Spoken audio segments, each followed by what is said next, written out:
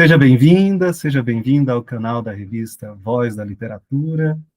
Eu sou Rafael Voit, editor da revista, e no programa de hoje nós temos a satisfação de conversar com a Laila Thaís Correia e Silva, que é organizadora de uma obra primorosa que saiu no final do ano passado, cujo título é Délia, Contos Esquecidos. Muito obrigado por aceitar o convite, Laila.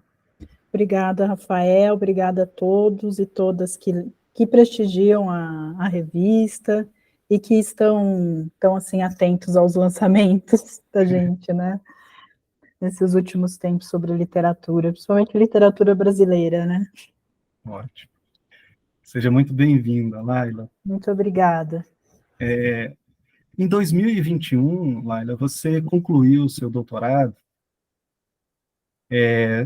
em História Social, contando com a orientação do Sidney Chalub, a respeito de um tema muito interessante, que são as mulheres de letras. O título da sua tese é Dos projetos literários dos homens de letras à literatura combativa das mulheres de letras, imprensa, literatura e gênero no Brasil de fins do século XIX. Essa sua tese tem alguma relação com o lançamento do livro Délia, Contos Esquecidos? Antes de você responder, eu vou colocar na tela a imagem da capa do livro, tá bom?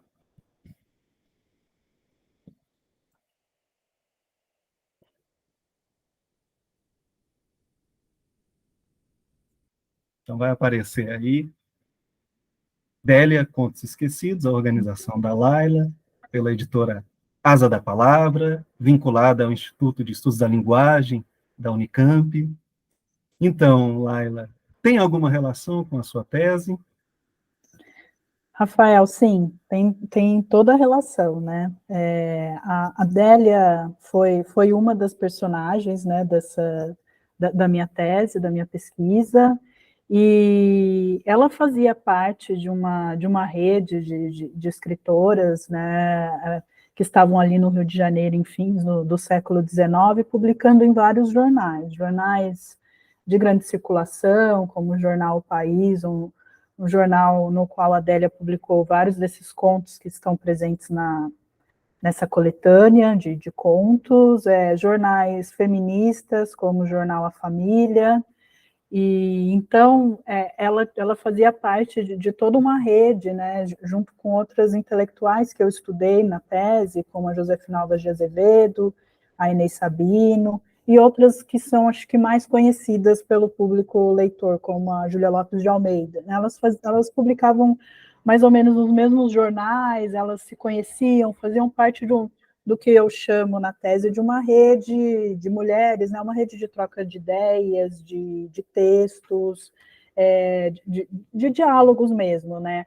A Délia, no caso, foi uma mulher que teve um posicionamento que à época era o posicionamento feminista, né, que eu chamo na tese de combativo, e que influenciou muito, né, a escrita dela, ou quase toda a escrita dela, e os contos, e todo um projeto, se a gente pode dizer, um projeto literário de escrita que era muito baseado na questão da condição social da mulher, né. Sim. Então, tudo isso fez parte da minha tese, né, dos estudos que eu desenvolvi durante o doutorado, e foi aí que eu conheci a Délia e vi a imensidão da produção literária dela que não havia sido editada, né. A gente tem algumas edições de romances dela, que à época saíram como folhetins, ou então como já livro publicado em volume, né, que foram publicados pela editora Mulheres, de Florianópolis. Sim. A editora extinta, e hoje é muito difícil a gente acessar esses romances. A editora Mulheres publicou Aurélia, publicou Lésbia, que são 2 romances, mas contos a gente não tem nada publicado. Isso também nunca foi publicado no século XIX. Então, foi um trabalho de resgate mesmo nos jornais, desses contos, que por isso que eu chamei de contos esquecidos, porque às vezes até mesmo entre pesquisadoras e pesquisadores de literatura de autoria feminina, muito pouco é falado sobre a Adélia, né, e sobre o papel dela no finalzinho do século XIX, as produções dela e o posicionamento político dela, principalmente, que foi algo que eu explorei mais na tese, e que fez parte do texto introdutório, né, para informar, assim, mais ou menos o leitor de quem é essa autora também, né. Você já fez aí um grande panorama sobre essa proposta da pesquisa e da transcrição desses contos e desse ambiente em que se encontravam essas mulheres de letras. E é sobre essa expressão, Laila, porque nos jornais antigos nós encontramos a expressão homens de letras, inclusive como grupos constituídos que lutavam por direitos autorais, por exemplo, e outras questões mais, que talvez tenham até resultado aí em sociedades literárias, como a Academia Brasileira de Letras. As mulheres também esse grupo mais próximo de mulheres também se denominava assim, mulheres de letras? Então, a gente pode encontrar em alguns textos ou artigos, principalmente na França, né? Acho que começou muito isso, essa questão da escrita e de se posicionar como mulheres de letras, né? Mas isso é muito... isso eu não encontrei muito no Brasil de modo mais direto, ou mesmo elas se denominarem como mulheres de letras.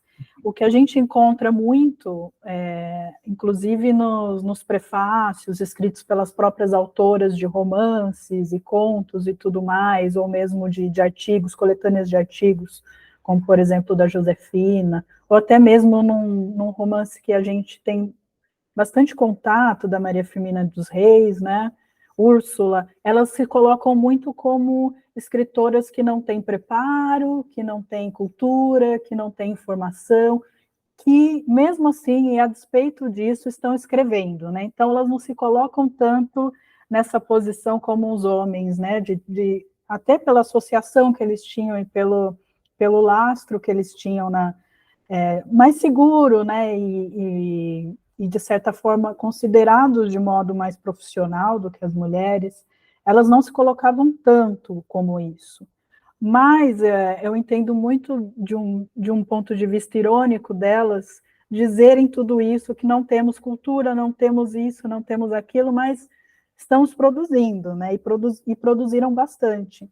Então, por exemplo, a Josefina Álvares de Azevedo, ela fala de mulheres de letras ou de escritoras, né? Falando no coletivo, principalmente no jornal A Família, e convocando as mulheres para mandarem escritos, para publicarem nesse espaço que seria um espaço dedicado à escrita de autoria feminina e ao debate das mulheres e da questão que permeava a condição social das mulheres, né? Então, por isso que na tese eu chamo de mulheres de letras e contraponho uma questão de projeto, que seria dos homens, né? Os homens apontando várias mazelas sociais e, ao mesmo tempo, as mulheres ali, elas galgando um espaço, né? E, de fato, colocando questões muito urgentes na própria literatura delas, né? Nos próprios contos. A gente vai encontrar, por exemplo, na Adélia, se a gente for tomar como um todo a produção desses contos, a maioria deles é sobre a questão da mulher dentro do casamento, quais eram as violências que ela sofria, independente de classe social, mas como elas poderiam sofrer violência, abuso. Então, tudo isso era muito urgente, né? Eram questões urgentes, e principalmente com o advento da República, que as mulheres esperavam tanto que teriam uma igualdade, uma pretensa igualdade política, o acesso ao voto, e com isso uma representação, como isso não ocorreu, e como isso também influenciou muito a escrita imediata dessas mulheres, né, com pautas políticas muito específicas de serem incluídas, né, de serem ouvidas, e serem consideradas também como produtoras de conhecimento e e de literatura de qualidade, né? Não eram só os homens que podiam produzir, né? Ao longo da conversa, Laila, nós vamos tocar novamente em muitos desses temas que você já levantou, que constam assim como objeto dessa literatura feminina ou feminista, e principalmente da Adélia, uma sequência de contos aí que realmente vão tornar isso ainda mais evidente. Mas é interessante também, Laila, caracterizar essa nossa personagem, Adélia. Mas calma aí, o nome dela é Délia? Ou, na verdade, isso é um pseudônimo? Quem é que está por trás desse nome? Então, Délia era um pseudônimo da Ah, Maria Benedita Câmara Bormann. Mas era um pseudônimo que, ao que tudo indica, todo mundo sabia, né, quem era a Adélia de fato. ela Não não era estava segredo. escondida, ela não estava Não escondida. era segredo para ninguém, mas era o nome de pena dela, por assim dizer, né? Mas todo mundo Sim. sabia quem era, onde morava, enfim, todos esses detalhes. Ah, sim. E ela, na verdade, nasce em Porto Alegre. Isso, ela nasce em Porto Alegre e se muda muito pequena, se não me engano, com 9 anos, para o Rio de Janeiro, com a família toda.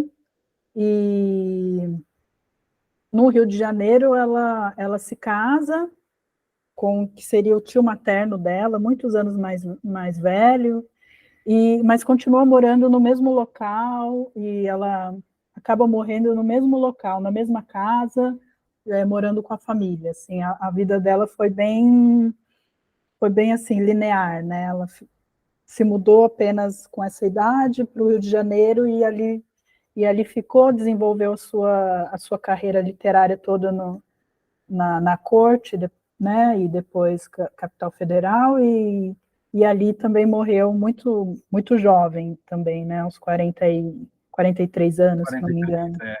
Ela nasce em 1853 e vive até 1896, segundo as minhas anotações. Sim, exatamente. Então, 43 anos.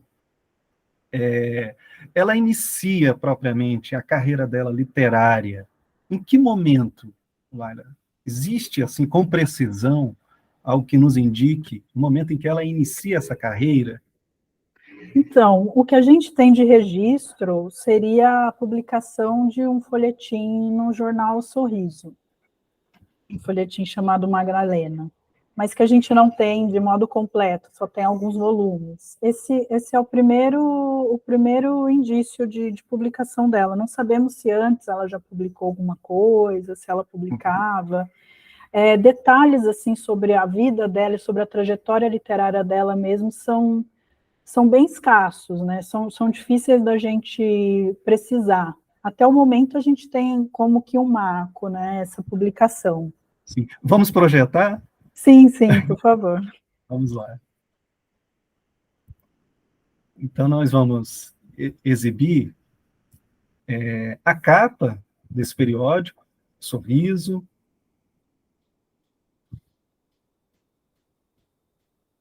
e aqui na próxima página, isso é uma edição de 1882, e nós só temos um capítulo desse romance folhetim, Magdalena. Correto, Laila? Correto.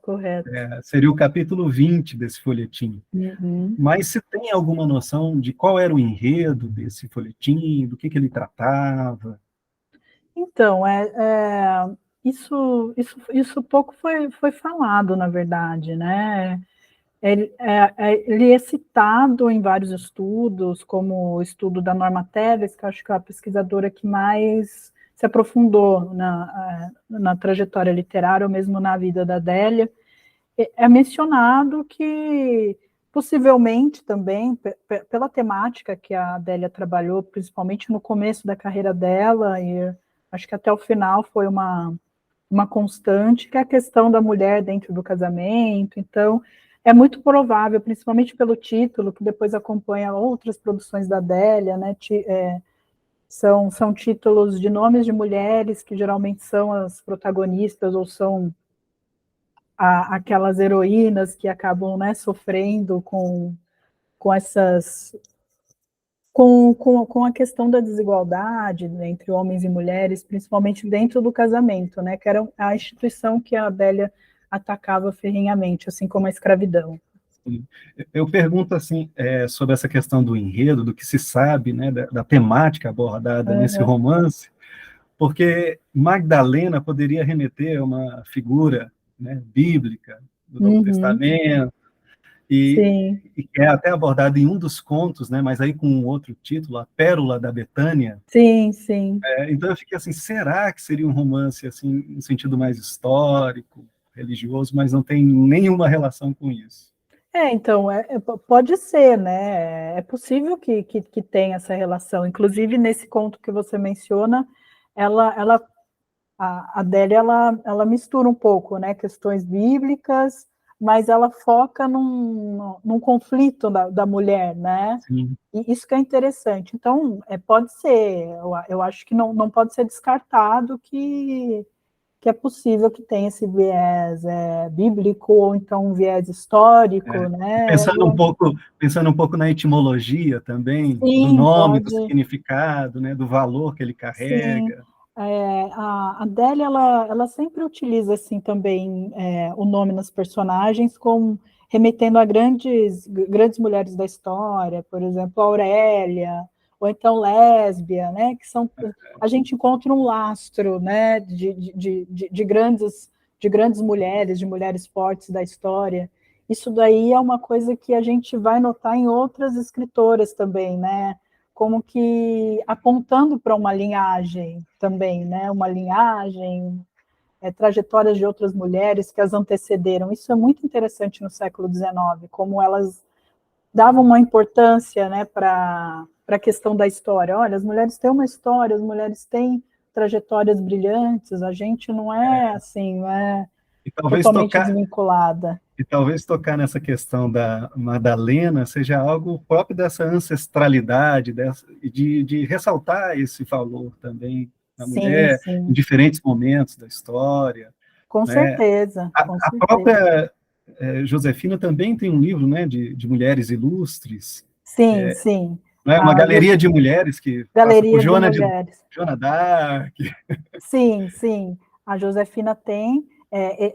Esses perfis foram publicados, chamo-se perfis porque é um Sim, apanhado da vida, né, dessas mulheres. Eles foram publicados em folhetim, na família, e depois foram reunidos por ela. A Inês Sabino fez o mesmo na Estação, uma revista ilustrada também carioca, de grande circulação,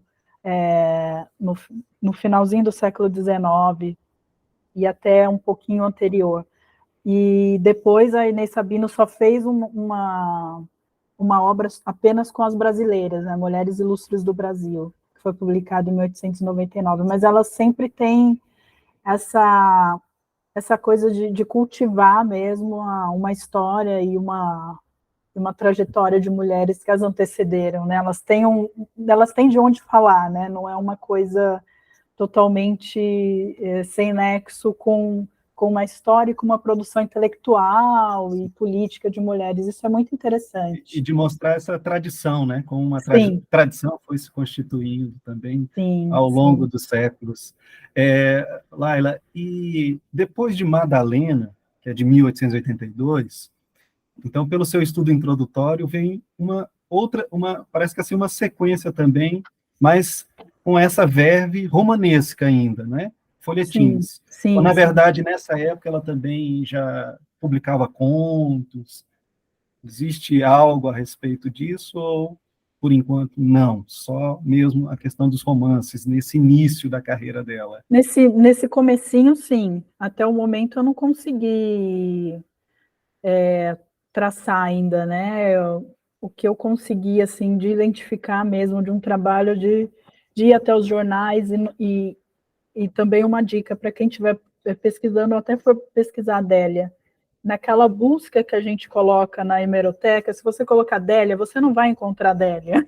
Você vai encontrar de Dela, tudo, vai encontrar menos dela. Délia. Então, é bem um trabalho de tentar buscar em quem já escreveu, deu algum indício que poderia ter algo em determinado período em determinado jornal, então você ia até o jornal... E voltar no tempo, garimpar, Exatamente, compulsar todos aqueles jornais, né, na Hemeroteca exatamente, Digital. exatamente. Então, assim, que eu tenha conseguido identificar até agora, não. Mas também não descarto, pode ser que esteja ali escondido, porque ela produziu bastante, né? Ela, num Ma- curto período de... Mais concentrada na imprensa carioca. Sim, ela teve algum conto ou outro publicado num jornal feminista do Sul, aqui mas assim, de modo geral, ela publicou muito no Rio de Janeiro mesmo, principalmente no País, na Família, que foram os principais jornais que ela publicou. E o País era um jornal muito importante na época, e ela publicar contos na primeira página do País é uma coisa assim que a gente começa a pensar porque desse esquecimento, né, desse apagamento, assim. O que justifica esse esquecimento? Exatamente, essa é uma questão que a gente pode conversar assim por muito tempo, porque realmente não tem assim uma solução, né? Certo. Em 1883, então, na Gazeta da Tarde, ela publica Aurélia. Esse Uhum. romance está completo? Sim, está completo. Eu até tenho ele aqui para mostrar a edição da Que editora bacana. Mulheres. Eu penso que deve ser extremamente difícil conseguir esse volume atualmente, Aham. né? Mas ele está completo e publicado de modo integral pela editora Mulheres, organização e notas da Norma E, Teles. e na capa dessa edição consta, assim, em destaque, o nome dela, e não Sim, exatamente o pseudônimo, né? Maria Benedita Bormann. isso. Elas registraram, também no Lesbe, elas registraram como uma, não sei se dá para ver, mas Maria Benedita Câmara Dá Bormann sim, e, sim, entre parênteses, Odélia. Mas perfeito. ela nunca assinou como Maria Benedita Câmara Bormann. Sempre como Nunca, Délia. sempre, nunca. Então, eu não, deveria ser Délia, né? Aham. Realmente, porque ela não existe, não vi em hipótese alguma o nome dela acompanhado do pseudônimo, de qualquer modo, sempre foi Délia. Certo. E aí, você mostrou Lésbia, já é de 1890. Isso. Saiu primeiro em livro ou também em jornal? Saiu direto em livro. Saiu direto. Esse foi Esse não. direto em livro. Sim, já foi direto em livro. À época foi publicada uma edição em 1890 e só mais essa edição da editora Mulheres. E, se não me engano, agora, Rafael, não vou poder falar com certeza. Teve uma outra editora que publicou Recente, não é? recentemente. Eu É, não me eu, lembro o nome da editora. é, eu consegui, eu vou até te falar agora, deixa eu pegar aqui, que eu consegui até a versão em e-book, né? Eu comprei Ah, em sim, e-book. sim. Eu realmente vi e fiquei bem animada com esse trabalho, porque realmente o Lésbia, Eu não sei se eu estou cometendo alguma falha aqui, mas parece que é 106 clássicos. Eu não sei se é isso propriamente a mesmo. editora. É isso mesmo? Sim, sim. Eu inclusive creio que é exatamente essa editora. Essa editora publicou outros clássicos assim do século XIX que a gente não tem muito acesso, Ah, olha aí, como a Rainha do Ignoto. então fica uma dica interessante também para buscar Sim, essa sim, editora, sim, 106 sim. clássicos. E tem uma introdução também nessa edição de Lésbia, da Maria do Rosário Pereira. Uhum, Ela apresenta também aham, a obra, e eu li, né, iniciei essa leitura, e já me chamou a atenção em Lésbia a apresentação que a própria autora faz, porque uhum. ela entrega o grande problema que vai ser tratado nessa obra. E do que trata essa obra, Lésbia? E vai, Essa, vai. essa obra, eu acho que é uma obra fundamental para qualquer pessoa que estiver primeiro estudando literatura de autoria no século XIX do Brasil, porque eu não tenho conhecimento de uma outra obra em que uma mulher por exemplo, aborde qual é o trajeto que a época se fazia de uma mulher que estava ali dentro daqueles moldes tradicionais, né, domésticos do casamento, sair de um casamento e se tornar uma escritora. Né? A obra basicamente aborda isso. Como que uma mulher se torna, né, se torna escritora, e inclusive muda de nome, né, de Arabella para Lésbia, tomando um pseudônimo que tem toda uma força, né, de Sim, e assim, essa transição, literária. né? Arabella é a bela, mas aí Uhum, depois se transforma, né? É uma sim, metamorfose que acontece ao longo aí do romance, e que sim. parece refletir, né, sem querer criar também essas vinculações diretas biográficas, né? Algo também que diz respeito à própria Adélia. Sim, com certeza. Vários estudos, inclusive a Norma Telles, ela pontua que poderiam existir muitos traços ali biográficos, autobiográficos, né? Mas assim, a gente não tem, infelizmente a gente não tem, pelo menos eu, como falo da história, né? A gente é muito assim, preciso do documento, preciso desse indício mais palpável. Infelizmente a gente não tem, mas assim, analisando a produção dela, tem bastante similaridade com a lésbia, né? A questão de ser uma mulher que está ali dentro do casamento assim, muito se falava da questão do casamento da Adélia, que era só de fachada e tal, que ela nunca estava com o marido e tudo mais, o marido, inclusive, o tio dela, né? Então tem muito disso, né? E também muito dessa questão de uma mulher que escreve textos que poderiam escandalizar, né? O que a Adélia realmente fez, né? A gente citando alguns trabalhos, creio que você vai citar outros que foram tidos como meio escandalosos, né? Pela crítica e por todos que liam, assim. Então, ela tinha assim essa coisa muito de também causar o desconforto, o que a lésbia fazia também, né? Então, E essa questão de desconforto parece que reflete também um pouco, ou bastante, assim, de forma acentuada mesmo, os martírios pelos quais as mulheres passavam naquele momento. E ela toca numa questão, ao apresentar ao leitor, numa nota que é ao leitor, ela diz assim: um dos desfechos condenados, segundo a opinião de muitos, é o suicídio. No entanto, uhum, nenhum livro é mais belo do que os sofrimentos do jovem velho. E aí ela uhum. já entrega também um pouco desse desfecho, né, do que vai Sim, acontecer na história. não, Eu acho curioso isso, né? Começa assim do fim para o início, né? exatamente. Inclusive, eu até vou, aproveitando isso, eu vou até contar uma coisa interessante.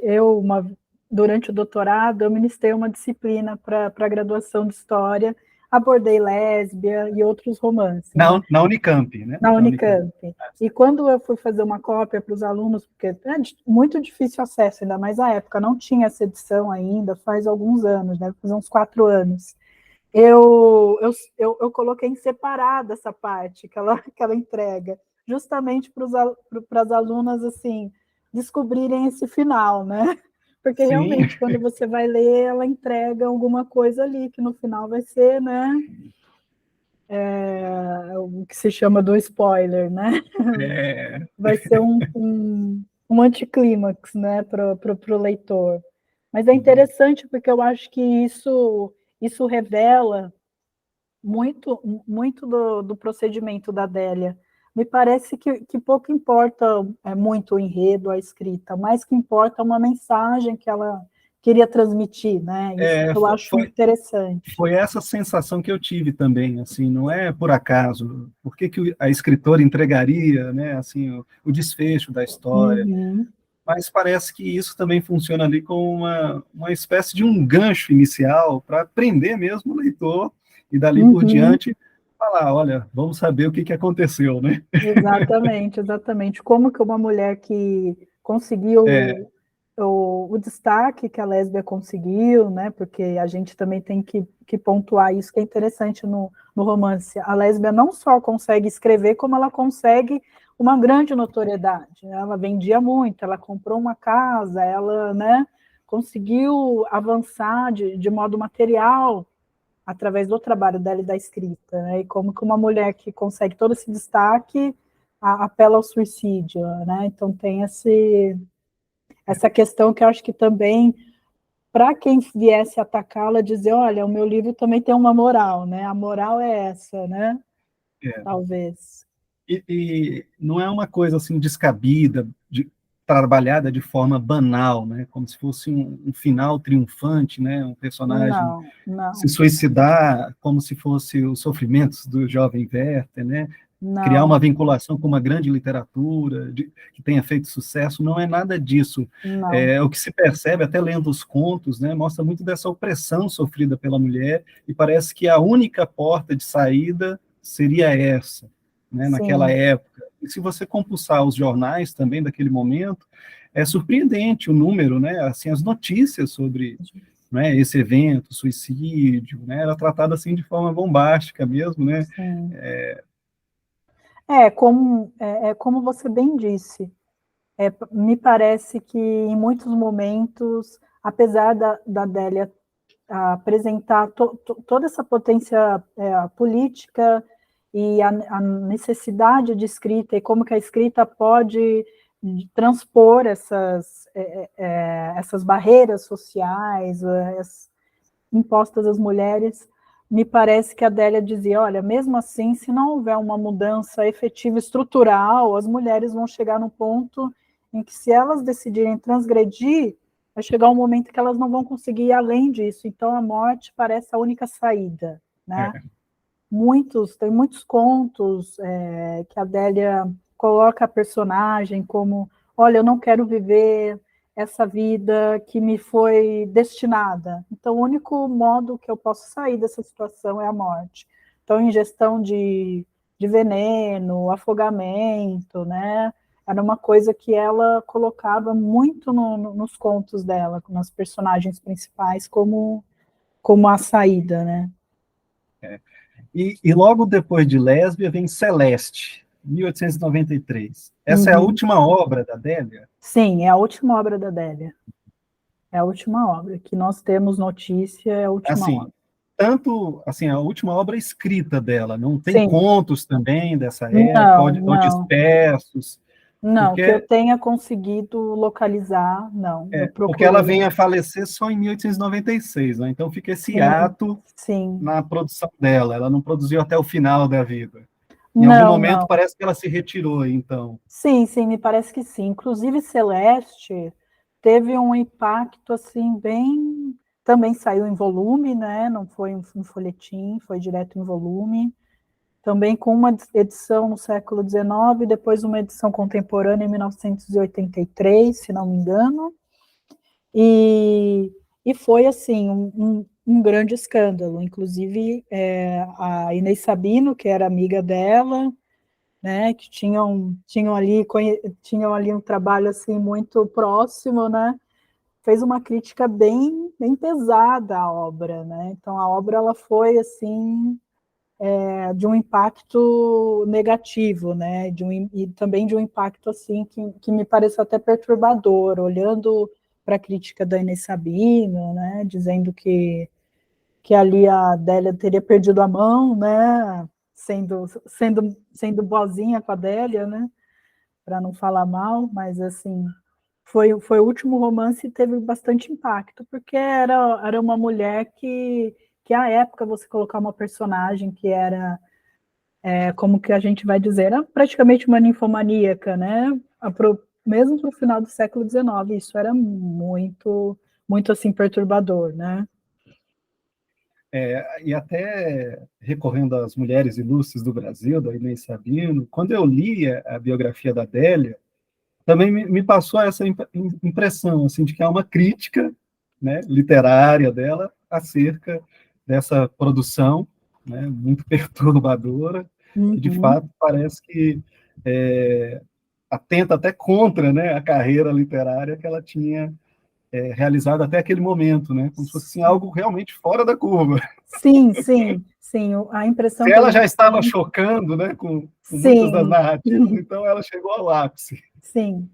Porque até o momento, por exemplo, em Lésbia, para quem tiver curiosidade de pesquisar, na família a gente vai até encontrar críticas da própria Josefina Álvares de Azevedo em relação à lésbia, indicando a leitura e colocando milhões de adjetivos e num viés super positivo, né?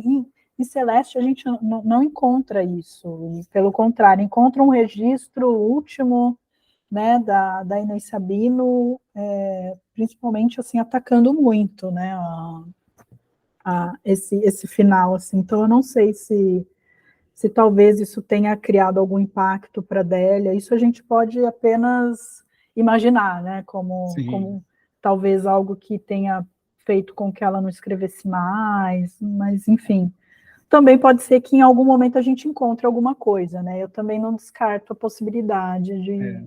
Quando eu li essa crítica da Inês Sabino, eu fiquei me questionando também sobre a crítica de um modo geral. É Uhum. possível caracterizar também como é que foi essa recepção das obras e dos contos? Existem também outras críticas, outras notas nos jornais?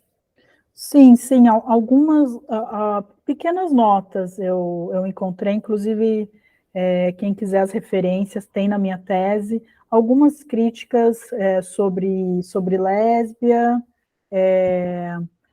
principalmente de um escritor que publicava que assinava como Ignoto, e fez uma crítica muito extensa sobre o romance da lésbia, o romance lésbia, né, da Adélia, uma crítica positiva, de modo geral.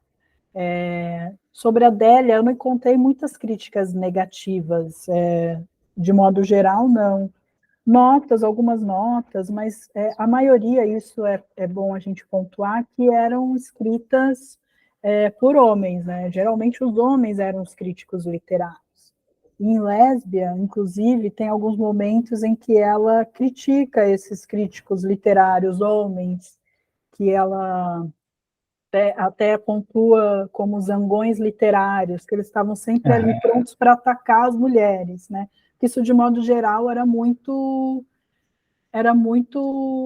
assim a tônica, né, de uma crítica negativa para as mulheres, de desqualificar essa produção, né? A Inês Sabino, por exemplo, a gente encontra várias críticas negativas contra que ela não era uma boa poeta, que ela não sabia rimar, enfim, que a escrita dela era pobre e tudo mais. Da Adélia, eu encontrei algumas críticas positivas para a lésbia, né? E para Celeste, apenas essa crítica da Inês Sabino. E em vários perfis, pequenas biografias literárias que, vez ou outra, citavam Délia como escritora, então, às vezes tem alguma qualificação em relação a alguma obra, por exemplo, Lésbia, Bom, Celeste, de qualidade duvidosa, coisas do tipo, né? Que acho que foram as duas obras que mais assim consagraram a Adélia, Lésbia e o final Celeste, que de Sim. modo geral não foi bom, né? Sem fugir desses comentários, mas aproveitando ainda, né, algo que você até destacou no início, sobre essa virada, parece uma virada feminista, ali do final do século XIX, e no estudo introdutório do livro, que também consta lá da sua tese, né, um pouco desse debate, essa questão da nova mulher, que vai Uhum, surgindo, né, e você traça um paralelo ali com escritoras inglesas, australianas, né, escritoras uhum, de língua inglesa, que já faziam um movimento, e se a gente for recordar aqui, até ao longo do século XIX, há escritoras inglesas, né, de sim, destaque, né, e que tem o seu espaço mesmo num espaço quase que dominado, né, pelos homens de uhum. letras. Então, é interessante você estabelecer esse comparativo também. E essas ideias chegavam aqui, essa mil uma. Sim, sim, inclusive eu indico um pouco isso na tese, mas agora no pós-doutorado que eu estou aprofundando um pouco mais a questão dos diálogos transnacionais, assim, entre as mulheres via imprensa, que eram muito intensos. Por exemplo, se você for ler os impressos feministas do século XIX, a família, que é o que eu trabalhei bastante, mas outros também contemporâneos, você vai ver muita tradução de artigos de outras escritoras. Por exemplo, na família, a gente encontrava mulheres que escreviam de Paris ou da África, né? Então, assim, era um diálogo muito intenso dessas ideias. Então, sempre tinha uma sessão, por exemplo, na família tinha uma sessão que era o que está acontecendo no mundo em relação à questão feminina, né? Ou a questão das mulheres, como na época se dizia. Então, ali falava, olha, nos Estados Unidos a questão está assim, em tal e tal estado, na Europa estamos assim. Então, a Josefina Álvares de Azevedo mesmo, ela tinha muita conexão com Paris e com uma associação feminista belga da época.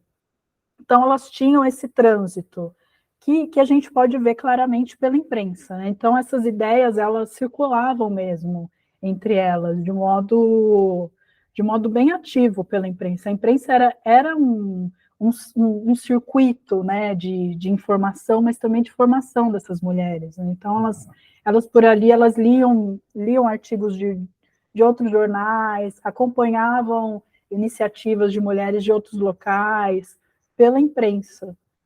Isso é muito interessante. E depois de ler essa introdução que você faz, aí a gente entra nos contos. Quando eu li o conto Sempre a Miragem, que a personagem toma contato ali com a literatura de George Sand, né? Ela lê ali, ela pega uns romances, então logo você vai notar, esses romances não estão nas mãos dela por acaso. Ela não escolheu ao Exatamente. acaso. Existe ali também, Exatamente. né, uma posição política sendo marcada, dentro dessa política Sim. literária, né, Sim. feminista. E a George Sand foi sempre uma referência para elas, né? Para a Adélia, ela foi uma referência muito grande. Em Lésbia, ela cita muito como um exemplo. Nesses perfis literários que eu comentei com vocês sobre publicar pequenos perfis nos jornais, sempre você vai encontrar um perfil da George Sand, sempre. A própria Josefina, não é mesmo? Escreveu o Sim, a perfil. própria Josefina escreveu. Então, assim, é muito, por exemplo, até você vai encontrar em algumas dessas críticas sobre o romance lésbia, comparando a Adélia à própria George Sand, né? Como se ela fosse talvez de mesma envergadura que ela, ou por tratar de temáticas muito similares, né? Essa questão da condição do casamento era muito, né? Era uma tônica muito presente também, né? Então, com certeza, esses romances não eram citados ao acaso, né? Eles tinham todo um sentido, até no que a gente via por fora ali da literatura, né? E dos diálogos estabelecidos também, Exatamente. entre a própria matéria literária contida naqueles romances e a matéria literária trabalhada por essas escritoras brasileiras do final do Sim, século XIX. sim, sim, com Tem certeza. ainda falando sobre essa questão de gênero, outra expressão assim que eu também sublinhei foi o gênero de autoria, Laila. Parece que isso diz também bastante assim sobre as temáticas que são abordadas e a perspectiva com que ela aborda essas temáticas, né? Parece que Sim, esse sim, gênero de autoria dá ali uma outra substância, né, para essas leituras também, né? Perceber que da visão de uma mulher escritora, a coisa funciona assim, né?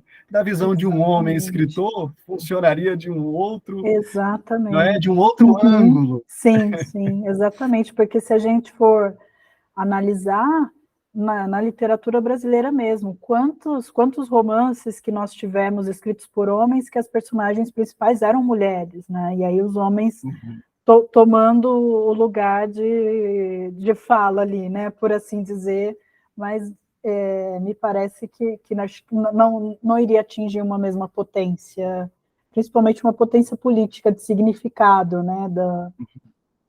De ser do gênero feminino, estar ali escrevendo. É possível dizer que a Adélia esteve vinculada a alguma dessas escolas literárias do final do século XIX?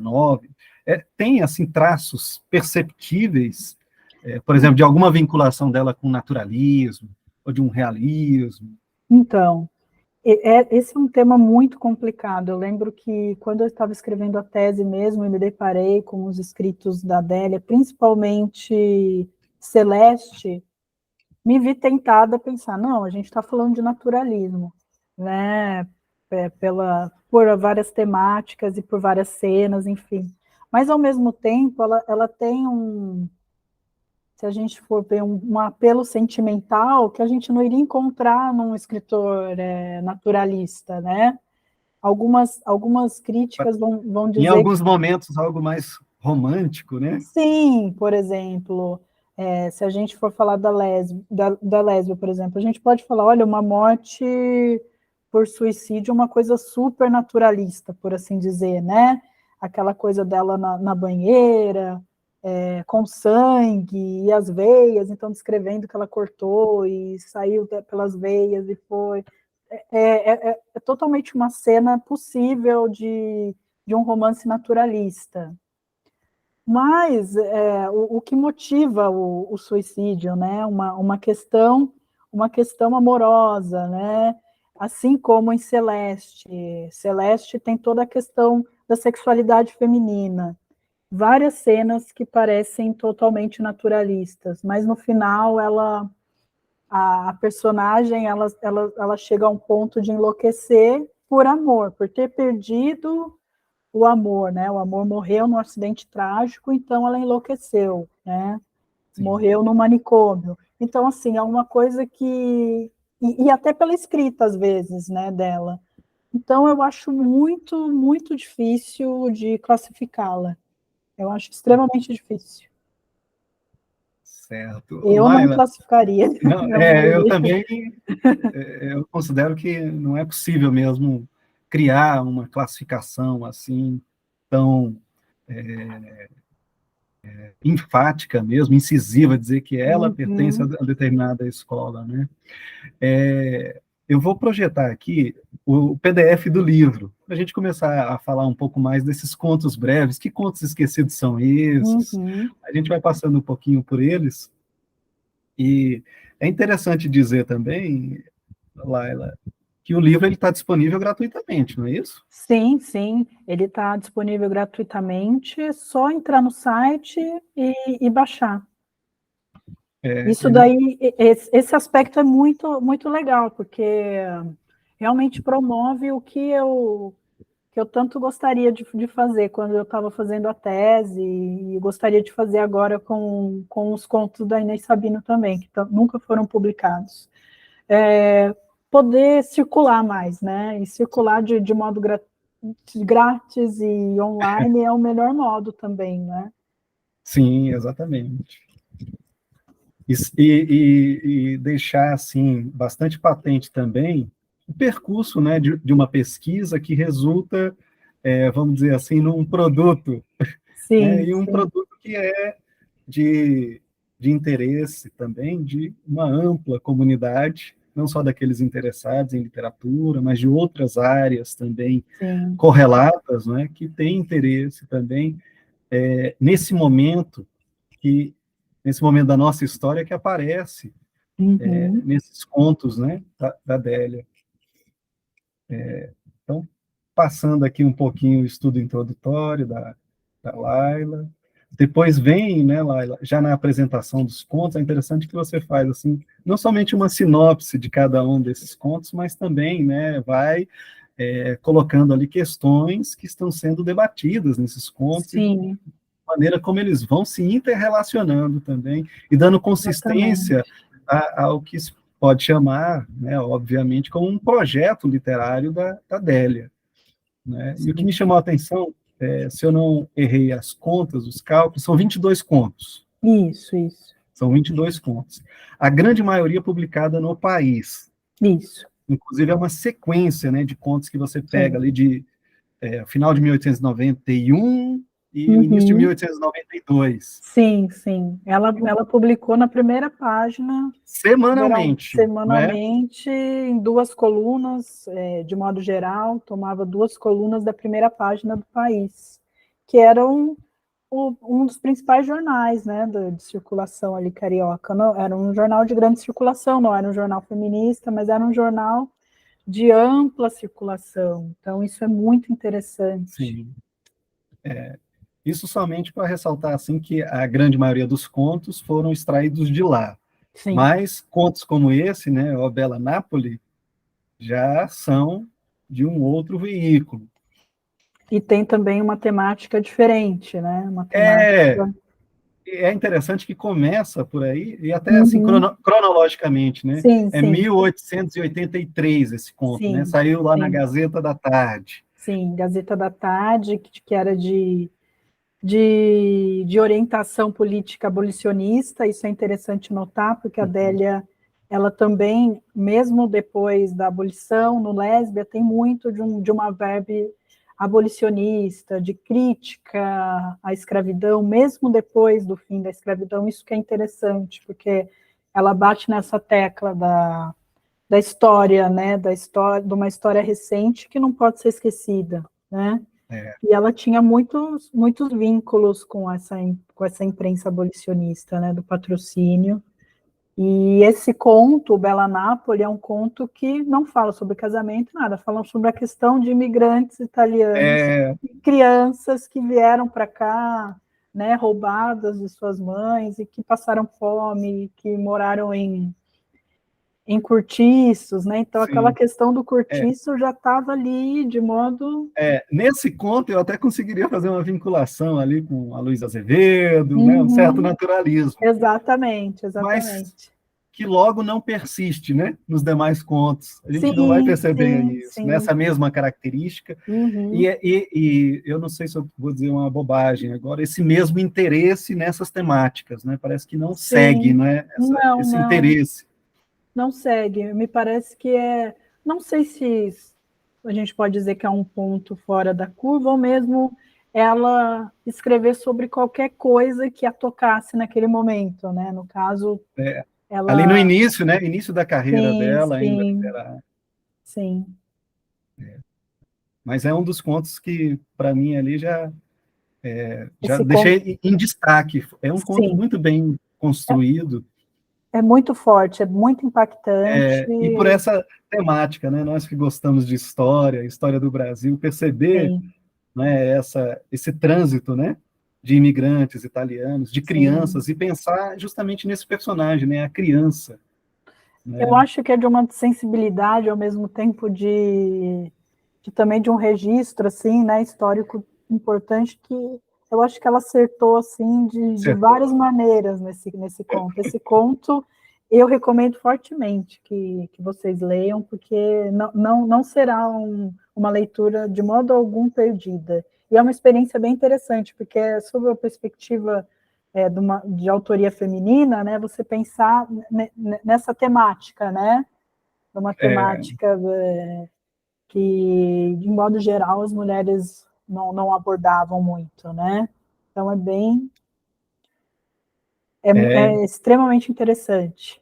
E demonstra essa sensibilidade dela também para questões sociais, né, que estavam ali patentes ao final do século, não só do cortiço, mas da própria criança, de uma criança órfã que vem de um outro país. Sim, e que essa explorada, criança né? Uma criança explorada. Explorada, e depois esquecida, né? Passa fome. Para deixar claro aqui, explorada do ponto de vista do trabalho, né? Sim, não é uma eram exploração... trabalhadores, trabalhadores, crianças trabalhadoras.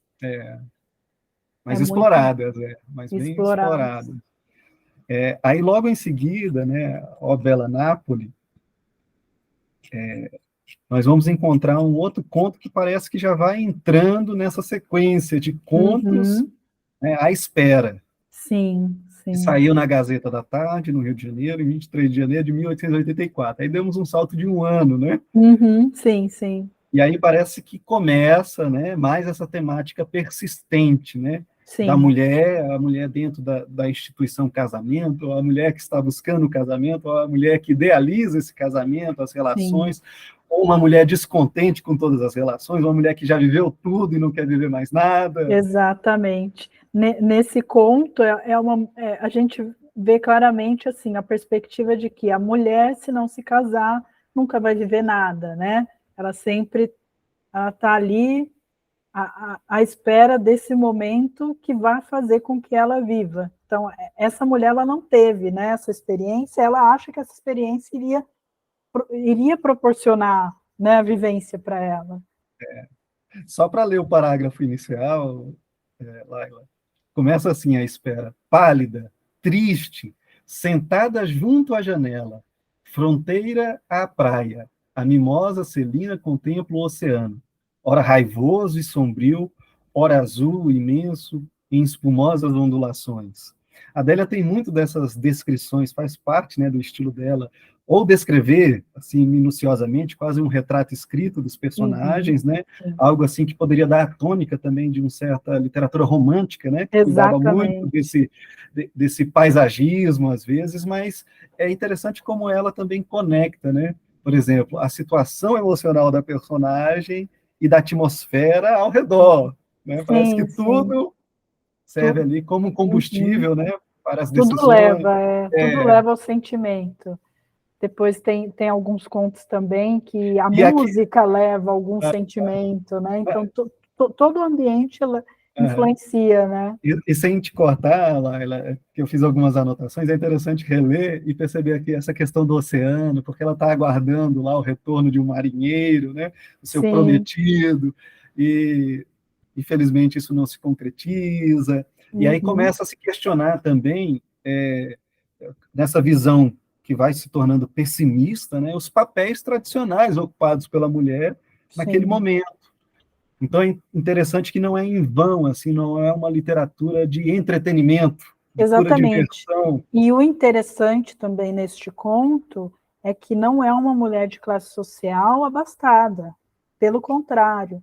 Então, como que isso se observa em várias classes sociais? Não é uma questão da mulher aristocrata ou burguesa, né? Era uma questão que a Adélia observava em vários âmbitos sociais, né? A mulher, mesmo essa mulher que não, não tinha condição social muito avantajada, ela trabalhava para se sustentar, ela esperava também, ansiava pelo casamento como algo de um momento de realização, né? É interessante você anotar também essa questão, assim, essa preocupação social também de representar outras mulheres que não só aquelas de uma burguesia, né, Sim, ascendente, porque parece predominar em muitos desses contos justamente essa vertente, né, essa sim, parte, esse sim, extrato social. sim. E não é bem isso, né? Então Uhum, pode ser sim, que até assim nas suas pesquisas ou outros pesquisadores venham a encontrar também mais contos que também deem aí, né, um pouco mais de consistência a esse aspecto da obra dela, né? exatamente, exatamente. Porque mesmo que a maioria das mulheres que ela retrata são mulheres de classe social Mais mais, alta, né? sim, mais alta, e mesmo esse retrato da burguesia, eu acho que ela tem uma sensibilidade muito grande para a questão da mulher que não tinha condição social, por exemplo, da questão da mulher negra, da mulher escravizada. A gente vai encontrar isso, por exemplo, num folhetim dela chamado Angelina, isso vai ficar muito claro, né? Ela fala muito Que sobre a também questão. saiu na Gazeta da Tarde. Isso. E esse também nunca foi publicado e super difícil de ler. Infelizmente, a conservação ali do jornal está bem difícil de ler. Mas Sim. é uma leitura muito interessante, porque a gente vê ali que ela é Mas, atenta a tudo. mas é possível fazer esse trabalho de recuperação desse romance? Você Eu acredita? gostaria muito. Eu, inclusive, estava pensando em partir para isso, mas é um folhetim bem extenso. Tem muitos capítulos, se não me engano, 40. um pouquinho menos, e está difícil leitura, mas é possível. Laila, aproveita o canal da Voz da Literatura, já deixa o convite para outros pesquisadores também, outros Sim, colaboradores, sim, quem quiser colaborar também, seria com essa fantástico. empreitada, seria realmente formidável. Uhum, E sim, depois sim. vocês voltariam aqui para conversar sobre Angelina. Exatamente, porque Angelina, inclusive, uma produção literária da Adélia que nunca havia sido mencionada por nenhum estudo sobre a Adélia, né? Então foi uma coisa assim que eu me confrontei durante a tese e fiquei muito animada para fazer um trabalho desse tipo, né? Como eu fiz o dos contos. Sim. Você ia mencionar um outro conto, Laila. Acho que talvez eu tenha te cortado, eu não sei se você queria. Não, não, não. Eu ia falar sobre a Angelina mesmo, Ah, como um tá. exemplo Aham. de. Que eu vou continuar folheando aqui o livro, Sim, né? sim, Vamos sim. folheando, e aí já a temática que a gente falou em lésbia, né? Ela volta aí já no título também Sim, sim. desse conto, que saiu agora num periódico diferente, Corimbo, do Isso, Rio Grande. esse foi o periódico que eu mencionei, que era um dos que ela publicou fora do Rio de Janeiro. É o único que eu conheço que ela publicou fora do Rio. E qual é a característica desse periódico? Você chegou a É um pesquisar sobre periódico ele? feminista, é um Ah, periódico esse é feminista. feminista. Uhum. Eu não trabalhei com ele no doutorado, né? Eu trabalhei só com o Rio de Janeiro, mas é um periódico feminista que tinha contribuição apenas também de mulheres. A Inês Sabino também publicou alguns escritos ali. A Inês Sabino publicou em vários. A Inês Sabino publicou no Está em todas. Rio de Janeiro, Portugal, no sul do país, no norte do país. Mas o Corimbo era um periódico de orientação feminista mesmo, né, que defendia ferrenhamente, assim, numa linha parecida com a família, né, de ser bem combativo, digamos assim. Uhum. Na descrição, ao final do conto, consta que é Rio Grande, a menção ao sul é Rio Grande do Sul. Isso, Ah, perfeito. isso. Mas, assim, porque logo a gente vai querer criar uma relação com o fato dela ter nascido em Porto Alegre, mas não tem nenhuma relação com Não, isso. não, não, porque foi muito posterior, né, e como era um periódico como eu digo, essa rede publicava também, né? E Sabino publicava também, né? Então, eu creio que foi realmente nessa via de comunicação entre essas mulheres, né? Que escreviam, Ah, que ela publicou ali. e aqui, ó, eu estou relendo as minhas anotações, né? Justo aqui na página 81, também lá uma menção a George Sand. Sim, e é ambientado na Europa, né? É, Esse conto. Não é um ambiente é, nosso que.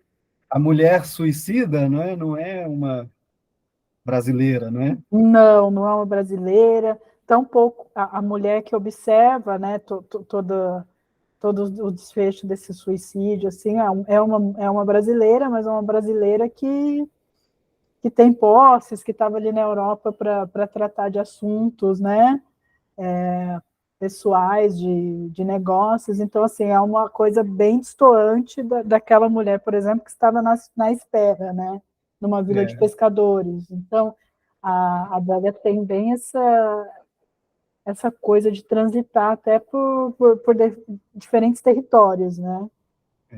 e interessante nesse ponto, particularmente, ela lançar mão também assim de algo que é próprio de uma situação como essa, por exemplo, uma carta-testamento para Uhum. justificar, né? E ali ela ressalta que era uma mulher artista e histérica. Sim, sim.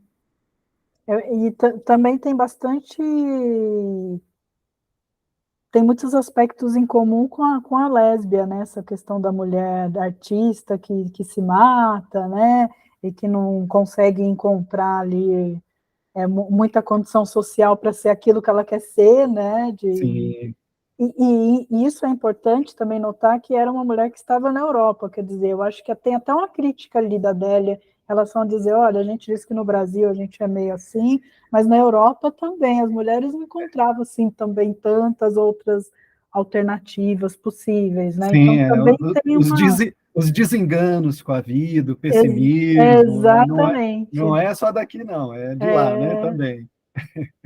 exatamente. Esse, na sequência, também é ambientado na Europa, né? Então, Anteriormente eu havia falado que a sequência de contos que você fez, né, a transcrição começava em 1891, mas na verdade é 1890, o país, é aqui que começa, né, a Estátua uhum, de Neve. sim, sim, sim. Mas aí eu fiquei lendo os contos, tentando reconstruir um pouquinho dessa trajetória dela, principalmente nesse veículo, O País. Uhum, Né? O País até propagandeava aí em algumas páginas que era o de maior circulação da da América do América Latina. Sul, É, não é? Então, tem de tudo, né? Não sei se sim. isso servia só para vender jornal, né? Não, mas, de fato, era um jornal De grande com... tiragem, né? Sim, sim, era um jornal de grande tiragem. Eu estou brincando um pouquinho com isso, mas é interessante reler nessas páginas dos Sim, jornais e sim, perceber que veículo, né? Essa literatura está circulando. sim, Então, é de imaginar também, por exemplo, o público leitor. Né? Quando ela escreve ou ela seleciona certos personagens que são de alta classe, essa crítica também vai direta ali para certas leitoras, né? Nesses contos. exatamente. Também tem esse aspecto muito importante notar, que não é só não é a defesa de uma visão de mundo, também é o ataque a uma Sim, questão de mundo, como a gente vê no Machado de Assis, por exemplo, né? Porque são grandes, as personagens dos principais romances são grandes senhores de escravizados, porque há uma crítica, né, a toda essa sociedade. Então, certamente, né, conhecendo agora que a gente conhece já um pouquinho da Délia, né, nessa conversa, a gente pode supor que era muito de crítica, né, crítica sim. social. E aí o que eu ia perguntar sobre o país é se ela teve essa constância de contribuição dentro do jornal, ou houve lapsos, né, hiatos entre uma contribuição, por exemplo, no ano de 1890 ela contribuiu durante alguns meses, ou algumas datas, depois não apareceu mais. Então, no país, eu encontrei apenas esses contos mesmo que eu coletei para editar, né? De, Sim, de, mesmo antes ou depois, eu não tinha encontrado mais nada dela no país. É, esse espacinho das duas colunas de contos, ele depois foi ocupado por outras escritoras, por exemplo, a Júlia Lopes de Almeida escreveu crônicas, né? Então, era um espaço voltado para a literatura. Outros escritores contribuíram também com contos ali, mas foi apenas esse momento mesmo de contribuição dela, depois, nem antes nem depois. É interessante notar isso, que... e para aproveitar que a gente está falando sobre o país, eu vou também colocar em destaque aqui na nossa tela,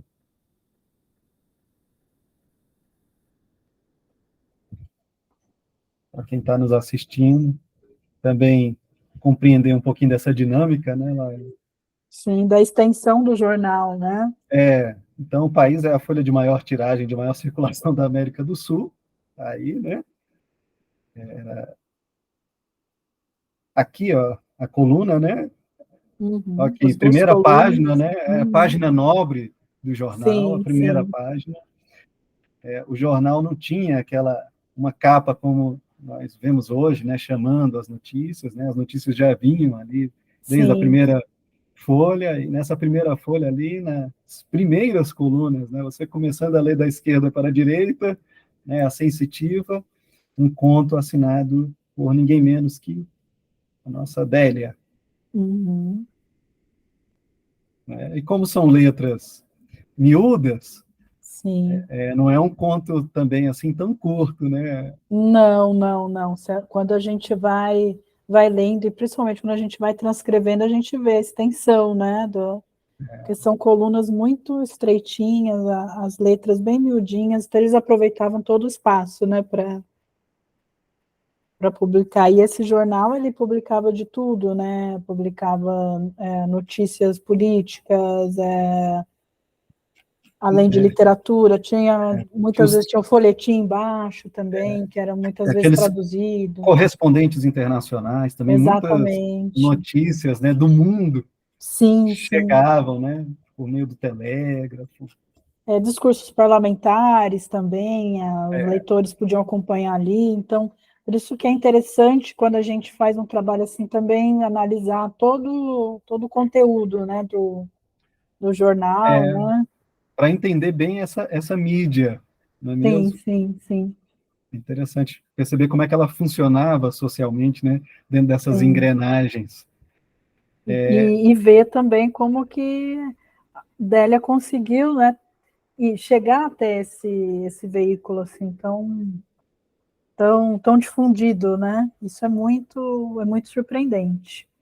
Sim. E em relação ao jornal A Família, constam aqui mais dois, Mater Dolorosa e a Pérola da Betânia. Sim, sim, E a Pérola da Betânia é o que a gente comentou anteriormente, que sim, trata de Maria tem, Madalena. e É um exatamente, tema histórico aí, que também exatamente. foge um pouquinho, né, daquela sequência que trata muito de relacionamento, do casamento, né, de Sim, papéis sim, tradicionais, usuais, que estão sendo quebrados ali dentro da visão, sim. né? E são contos assim que são até extensos, né? Esse da Madalena foi É, publicado em vários números, né? Ele foi dividido e publicado em vários números, 3, se não me engano, na são três família. meus. Estou consultando aqui, são três. Então, são contos esquecidos, mas são contos que tomaram espaços importantes, né, da imprensa no século XIX. Sim. Em relação a essa, a sensitiva, que a gente tinha acabado de projetar, que também saiu na família e saiu no país. Então, Uhum. acontecia muito isso também, desses contos serem replicados em outros. Acontecia muito. Inclusive, quando a gente observa isso, a gente até tem que estar atento para ver se não houve alguma mudança, né, Sim, de enredo, aí tem que conteúdo. cotejar Exato, as porque duas edições. isso acontecia bastante. A gente, em vários escritores, a Inês Sabino publicou também vários contos em dois jornais, A Família e outro, né? Isso acontecia muito com o Machado também, a gente ter que cotejar para ver o que ele mudou em relação a um ou outro, ou em relação à publicação no jornal, à publicação em livro, né? Então, isso era muito comum. Sim. Em relação à sensitiva, eu vou voltar num ponto que você havia comentado sobre a questão das artes, né? E tem Uhum, essa sim, personagem Sofia, assim, de compleição fraca, né? Que exige cuidados do pai, dos irmãos. E aí, subitamente, ela tem interesse por uma companhia lírica e ouve uhum, lá a Traviata e sim, a vida dela se modifica completamente, né? Então, sim, assim, tem muito dessa presença também, até musical, né? Nos uhum, personagens, né? sim, Tem questão de esculturas, né? As sim, artes ali também parece que sim, rodeiam alguns desses personagens sim, e de alguma maneira dialogam também com certas características desses sim. personagens. Com certeza. No caso da sensitiva, essa questão da música é bem um traço romântico, né? De uma escola romântica mesmo, né? Pensar que a música, determinadas notas, elas vão ali influenciar a sua sensibilidade, o seu humor, e a partir disso você vai desencadear um monte de mudanças assim comportamentais, né? No caso da personagem principal, ela começa a perceber um monte de coisas que, poxa, se eu continuar aqui fechadinha em casa, eu não vou conseguir sentir nada. E aí, o que eu vou fazer? Minha vida vai ser isso, né? Parece que ela toma um choque cultural que faz despertar para uma nova Sim, vida. sim, sim, E ela passa a ser uma outra mulher, assim, muito mais sim, aguerrida, aprende equitação, né? Avalia a condição feminina. Então, tem um sim. despertamento crítico por meio de uma, né, de uma companhia lírica, de uma ópera, né? Sim. De um Da entretenimento. música e até do libreto também, né? Talvez o É, libreto possa tê-la inspirado alguma coisa, né, em relação à sim, própria condição dela. Então, é muito interessante como que a Adélia trabalha isso. Você falou, mencionou a escultura também, né, do conto Madame Z, né, como a escultura, uma mulher que constrói uma escultura que é, pela descrição, é completamente como se fosse uma escultura grega, né, um deus é, grego que ela começa a adorar, né, mas como que essas mulheres que têm tendências artísticas, elas não conseguem, pelas descrições da Adélia, não conseguem muito também se adequar socialmente, né? Elas sempre vão acabar desviando demais daquilo que era esperado, né? Que elas é fossem. interessante você tocar também nesse conto, Madame de Z, porque ali também tem uma questão importante, né, dessa relação entre duas mulheres. Isso demonstra como a Adélia também, ela não é monotemática, como se pode pensar de um modo geral, né, ao ler os contos. Existem sempre nuances ali dentro desses contos que demonstram, né, certas facetas que precisariam de maior atenção, né, que estão sendo discutidas ali, como uma questão problema, né, que é Sim, lançada ao sim. leitor. Sim, porque quando a gente fala, a Adélia sempre descreve a condição do casamento ou a condição feminina. Não é sempre a condição do casamento em relação a mulher em conflito com o marido. Não, muitas vezes é em relação à mulher em conflito com ela Com ela mesma, mesma. ou então do ponto de vista dos sentimentos que as mulheres poderiam desenvolver ou não. Por exemplo, Madame dizer na minha leitura, tem ali uma questão homoafetiva bem pronunciada entre as duas personagens, né? Entre a personagem narradora do conto e a personagem que seria aquela que tem as tendências artísticas, né? Então, eu penso que a Adélia sugere que o universo feminino, esse universo do sentimental, o universo do casamento, dos conflitos, não é aquela coisa tradicional que a gente vai esperar. Acho que isso que as leitoras e os leitores têm que ter em mente assim, quando vão à leitura da Adélia, porque ela consegue captar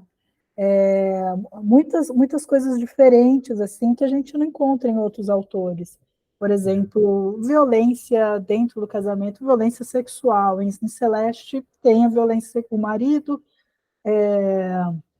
violenta praticamente a esposa, né? Então, assim, como que isso tudo fazia parte do universo dessas mulheres dentro do casamento? Não é só um conflito, por exemplo, da mulher que está sentindo que aquilo lá é monótono, que o casamento é monótono. Não é isso, é uma questão muito mais profunda de realmente uma opressão, né, e uma inadequação das mulheres para continuar desenvolvendo esses papéis, né? Eu acho que E eu percebo até, assim, diante de certas situações que são dramáticas, são muito dramáticas, mas também alguns contos, assim, de certo tom jocoso, né, de sim, criar situações embaraçosas entre os uhum, personagens, uhum, né, as rivais, por exemplo. sim, sim, as rivais, é bem interessante. Então, você perceber que não há, assim, restrição dentro desse tema, né, quando se pensa assim, a literatura, né, dedicada ao feminino, né, Uhum, feminista, sim, talvez se crie, né, na mente, né, que é algo, nossa, muito restrito, né, a um determinado uhum, universo, mas na sim, verdade tem os desdobramentos que são assim realmente incríveis, né, sim, e demonstram essa criatividade, né, e a produção da Adélia. Então, quando eu insisti muito nessa sequência de contos do país, isso parece que demonstra assim, enquanto que provavelmente muitas dessas problemáticas estavam ali muito presentes na sociedade, mas não somente uhum, como um espelho, né, mas como ela trazia isso de uma forma assim, como uma força mesmo da sua literatura, né, como se fosse o sim, que ela tem a oferecer para o mundo, né, sim, no campo literário, né, o diferencial dela é incomodar por meio dessas temáticas. sim, sim, sim. Eu até Também é fiquei pensando muito assim, olha, a Laila fez todo esse levantamento, Desculpa, viu, Laila, ter te cortado. Você fez todo Imagina, esse não? levantamento, chegou lá no 22º conto lá do país, né? O Triste Reverso. Aí eu, será que ainda há outros contos, né, presentes ali dentro dessa Infelizmente. mesma sequência, né? Ou será que ela incomodou tanto que ela foi demitida? É possível, é Ela possível, foi porque demitida do jornal. infelizmente se encerra aí. Eu fiquei procurando depois, né? Até a data da morte dela, eu fiquei procurando ali. Quem sabe, né? Eu Sim. poderia encontrar alguma coisa ali, mas infelizmente não. A contribuição dela se encerra aí. Laila, eu vou colocar aqui na nossa tela, a gente já está quase chegando assim ao desfecho da nossa conversa, Uhum. infelizmente, né? O nosso desejo era comentar cada um dos contos, ler muito mais, mas eu tenho certeza que os leitores, né, sabendo que a obra está disponível gratuitamente, né, acessem lá o site, né, da editora Asa da Palavra, do IEL, da Unicamp, ou procurem pelo título, né, Délia, Contos Esquecidos, tenho certeza que no Sim, buscador vai aparecer rapidamente. sim. E eu vou projetar aqui mais uma página do país, Uhum. que eu já havia comentado com você, que é sobre os desafios aí de transcrever determinados contos, quando muitas vezes a página, Sim, né, aparece, por exemplo, com um borrão desse aqui, parece ser uma fita, né, sim, que tentou reconstituir o jornal, tentou mas fazer o restauro, mas foi mal não sucedido, foi foi mal feito. sucedido. Então, mesmo assim, a Laila teve todo o cuidado não de tentar, né, traduzir ou desvendar o que está por trás disso É aqui, mas impossível. colocar no conto, né, assim, os trechos que estão ilegíveis. Na verdade, é só esse conto, né, desse universo, desse rol, né, de 22 contos, é o Sim, único em sim. que acontece Tá. isso, né, então o leitor também pode ficar tranquilo, isso não acontece com frequência. Não, não. Mas o nosso propósito ao apresentar isso é mostrar mesmo as dificuldades também, não é um trabalho assim tão simples, não é esse trabalho de transcrição, Não, não. de transpor, né, da página do jornal para a página do livro. Tem esses pequenos desafios, assim, mas faz parte também. Eu acho que para quem estiver assistindo e, por exemplo, lida com imprensa, assim, a gente se depara muito com essas situações, assim, né, ou mesmo algum errinho tipográfico que causa alguma manchinha também, que às vezes não dá para a gente ler, que nem é só questão de restauro, né? Às vezes também, Sim. mas são pequenos desafios que dentro, eu acho que desse universo aí que a gente conseguiu recuperar, acho que o saldo foi positivo, né? Positivo. E desses contos, Laila, claro, né? Fica até difícil pedir para você assim sugerir mais alguns. Você acha assim, ó, esse conto ou esses contos realmente o leitor tem que ler, abrir esse livro e ler. Uhum. Olha, foi o primeiro que a gente citou, Bela Napoli, foi um Uhum. conto que, assim, pessoalmente, quando eu li o conto, eu fiquei por dias pensando nesse conto, assim, porque, na minha opinião, ela narra de modo tão vívido o que acontece, que eu não vou contar, porque é para vocês lerem, mas acontece algo, assim, que é muito impactante, e eu acho que ela narra desde o início, desde o do movimento que a personagem principal faz, de saída da Itália, chegada no Brasil, até o final do conto, é tudo muito vívido. Então, esse conto, assim, eu acho, eu fiquei, assim, pensando por muito tempo, assim, como que ela construiu algo que assim, me tocou muito. E eu pedi até para algumas pessoas, depois que eu fiz esse trabalho de editar, então que estava muito mais fácil de ler, que lessem esse primeiro conto, me Sim. dissessem, porque para mim foi muito assim. E outras pessoas também falaram, nossa, como que ela consegue trazer essa Né? sensação, E é um né? bom cartão de visita, né? Não à toa, assim, Sim, mesmo que cronologicamente ele está posto ali já no início, né, dessa uhum, coletânea, mas sim, realmente é um excelente cartão de visita, né, para se conhecer a sim, literatura da Adélia. sim. E o outro conto que eu iria sugerir, que eu gosto bastante, é o Madame Z, que ela coloca dois títulos. Além dessa questão que eu acho que fica ali, ela sugere pode ser que sim, pode ser que não, essa questão da homossexualidade, eu acho que o conto também é bem interessante porque ela lança ali algumas questões sobre estética, né? Sobre apreensão do belo. É, Então, eu acho que isso demonstra assim o nível assim de leituras que ela tinha, de elaboração desses contos, a né? própria formação cultural dela. Exato. Então, eu acho bem interessante assim para E a gente parece ter. que, para forçar um pouquinho a leitura, assim, né, parece que esse trabalho do escultor, né, é como se a Adélia também estivesse esculpindo ali em cada conto, né, um pouco Sim, disso, né? sim, esse trabalho do artista, que de modo geral a literatura é uma arte que envolve essa coisa de você lapidar as palavras, né, de construir, porque são contos que pode ser que a gente tenha a impressão por outros autores que assim, é uma leitura menor, É então uma exige literatura menos menor, elaboração, era uma publicação que era periódica, então rápida, né? Uma coisa, uma então ela produção escrevia rápida. de uma semana para outra, mas não. Tinha ali muita elaboração, muito estudo, muitas referências, ela tinha referências de leitura. Então, eu acho que isso dá um tom assim sobre a profundidade e a seriedade do trabalho dela. Muito bem, Laila. Estamos realmente com o nosso tempo praticamente esgotado, Uhum, mas antes de finalizar esse encontro, nós pedimos a você que fizesse também uma outra sugestão de leitura, até como uma possibilidade aqui nas conversas que nós vamos realizar com diversos pesquisadores da área da literatura, uhum, é que indicasse também ao público, né, um outro livro resultante de pesquisas, que seja uhum. uma referência interessante, e você foi muito na linha do que você já está trabalhando, e pensou numa obra que eu achei também bacana, que é uma obra coletiva, não é? Não é uma obra Isso, só de um pesquisador, para mostrar também o valor, né, de como as nossas pesquisas se realizam nessa grande rede, né, entre pesquisadores que se apoiam, né, e que sim. trocam ali, na verdade, muito, né, da sua bagagem, né, daquilo que foram construindo, e interessante.